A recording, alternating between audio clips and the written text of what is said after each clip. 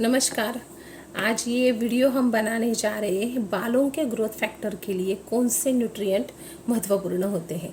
जैसे हम सभी को पता है कि हमारे एक्सपर्ट ने जो एंटी हेयर फॉल टैबलेट बनाई है उसमें ये सारे मॉलिक्यूल्स शामिल है। लेकिन ये मॉलिक्यूल्स होते क्या है और ये हमारे बालों को किस तरह से मदद करते हैं अच्छी ग्रोथ के लिए, अच्छा स्काल्प हेल्दी रखने के लिए। तो आज इस हर एक मॉलिक्यूल को हम अच्छी तरीके से समझ लेते हैं। तो सबसे पहला फैक्टर है ओमेगा 3 फैटी एसिड। हम सभी को पता है कि ओमेगा 3 फैटी एसिड हमारे शरीर में नहीं बनता, ये हमें सेकेंडरी सोर्स से ही लेना पड़ता है। तो लीफी वेजिटेबल्स है, कुछ फिश है, वहाँ से हम लोग ओमेगा 3 मतलब पा सकते हैं नेचुरली। कुछ ड्राई फ्रूट्स है, उससे में भी हमें ओमेगा 3 की सही मात्रा मिल जाती है, या फिर आप सप्लीमेंट्स भी ले सकते हो। तो ओमेगा 3 हमारे बालों को किस तरह से हेल्प करता है? तो सबसे पहला ओमेगा 3 हमारे स्काल्प को हेल्दी रखने में हेल्प करता है। अगर स्काल्प आपका डिहाइड्रेट है तो ओमेगा उसमें नमी बनाने रखने के लिए मदद करता है। हम सभी को पता है कि अगर स्काल्प बहुत ही ज़्यादा डिहाइड्रेट हो जाता है तो उसमें भी फंगस इन्फेक्शन या बैक्टीरियल इन्फेक्शन कोई भी होने के कारण डैंड्रफ की समस्या और ज़्यादा बढ़ सकती है। तो जिन लोगों को डैंड्रफ की समस्या बहुत ही ज़्यादा है, ओमेगा 3 फैटी एसिड उनके लिए बहुत ही महत्वपूर्ण है, जिनसे उनके बालों की हेल्थ अच्छी रहेगी। कभी कभी बालों में ड्राइनेस भी चला आ जाता है, तो बालों में नमी रखने के लिए भी ओमेगा 3 फैटी एसिड हमें बहुत अच्छी तरीके से मदद करता है। उसके बाद और एक मॉलिक्यूल जो इम्पॉर्टेंट है जिसे आयरन कहा जाता है। आयरन डेफिशिएंसी की वजह से भी बहुत सारे लोगों में बाल झड़ने की समस्या आ जाती है।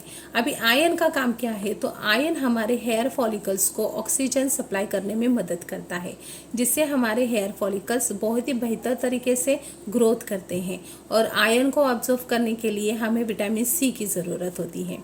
जैसे हम सभी को पता है कि विटामिन सी एक एंटीऑक्सीडेंट है जो हमारे शरीर में ऑक्सीडेटिव स्ट्रेस के कारण फ्री रेडिकल्स जो पैदा होते हैं वो हमारे स्किन डैमेज भी करते हैं और बालों को भी डैमेज पहुंचाते हैं।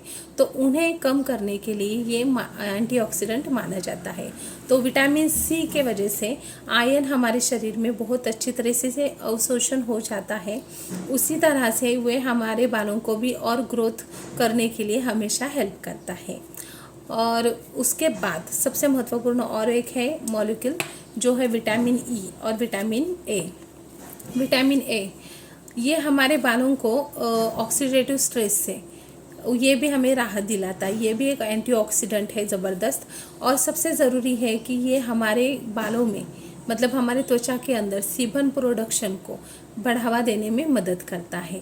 सीबम प्रोडक्शन अगर हमारे बालों में अच्छा है, अगर ऑयल ग्लैंड्स अच्छी तरह से सीक्रेट होते हैं तो हमारा स्काल्प बहुत ही ज़्यादा हेल्दी रहता है। लेकिन कभी कभी ओवर प्रोडक्शन होने की वजह से भी डैंड्रफ की परेशानियां बढ़ जाती हैं। लेकिन विटामिन ई हमारे सीबम प्रोडक्शन को सही मात्रा में सीक्रेट करने के लिए मदद करता है। विटामिन ई ये इसके बारे में भी बहुत सारे लोगों को पता है कि ये हमारे ब्लड सर्कुलेशन को बूस्ट करता है।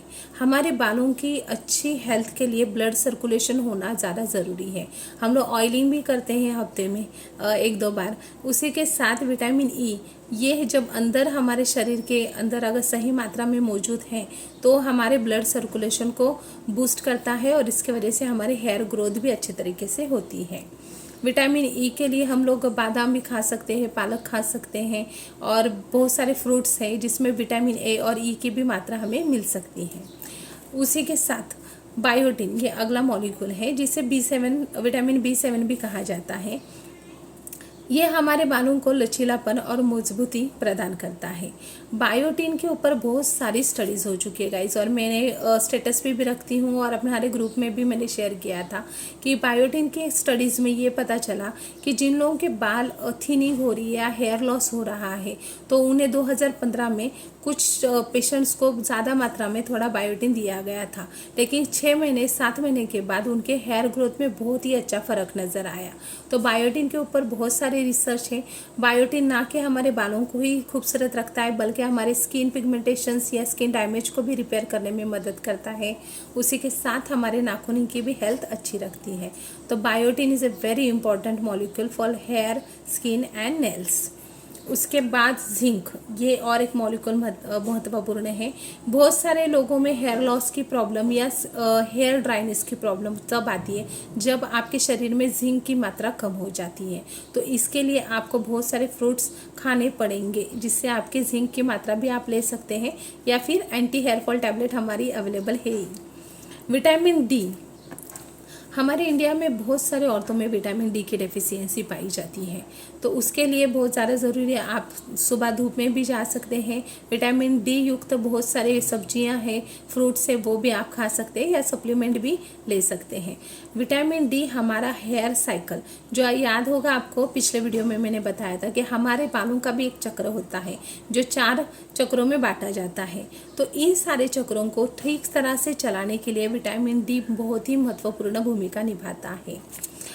प्रोबायोटिक्स, ये एक इम्पॉर्टेंट है। प्रोबायोटिक्स के बारे में मैं एक अलग से वीडियो बनाने वाली हूँ, लेकिन थोड़ी एक जानकारी देती हूँ कि प्रोबायोटिक्स हमारे गट हेल्थ के लिए बहुत अच्छा होता है।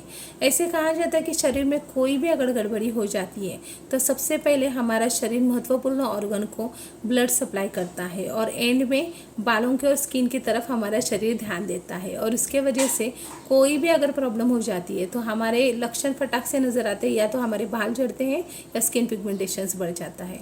तो इसके लिए बहुत ज़्यादा इम्पॉर्टेंट है आपकी गट हेल्थ अच्छी रखना। तो प्रोबायोटिक्स इसमें बहुत ही अच्छी तरीके से हेल्प करता है, जो आपके बालों को ग्रोथ करने में बहुत हेल्प करता है। फॉलिक एसिड, ये बहुत ज़्यादा इम्पॉर्टेंट है। जिन लोगों में फॉलिक एसिड की डेफिशिएंसी पाई जाती है उनके बाल उम्र के पहले ही सफ़ेद हो जाते हैं या फिर बहुत ही ज़्यादा हेयर लॉस होने लगता है। तो इन सारे वाइटामिन्स, प्रोटीन्स और मिनरल्स को हमारे शरीर में सही मात्रा में मौजूद होना बहुत ज़्यादा ज़रूरी है। लेकिन हमारी जो लाइफस्टाइल जो आजकल बहुत ज़्यादा बदल चुकी है, हमें ध्यान नहीं है कि हम क्या खा रहे हैं, क्या पी रहे हैं, उसके वजह से सही मात्रा में हमारे शरीर में पोषण ही नहीं जा रहा है। तो इसके लिए बहुत ज़्यादा ज़रूरी है कि आप आपकी हेल्थ की तरफ ध्यान दीजिए।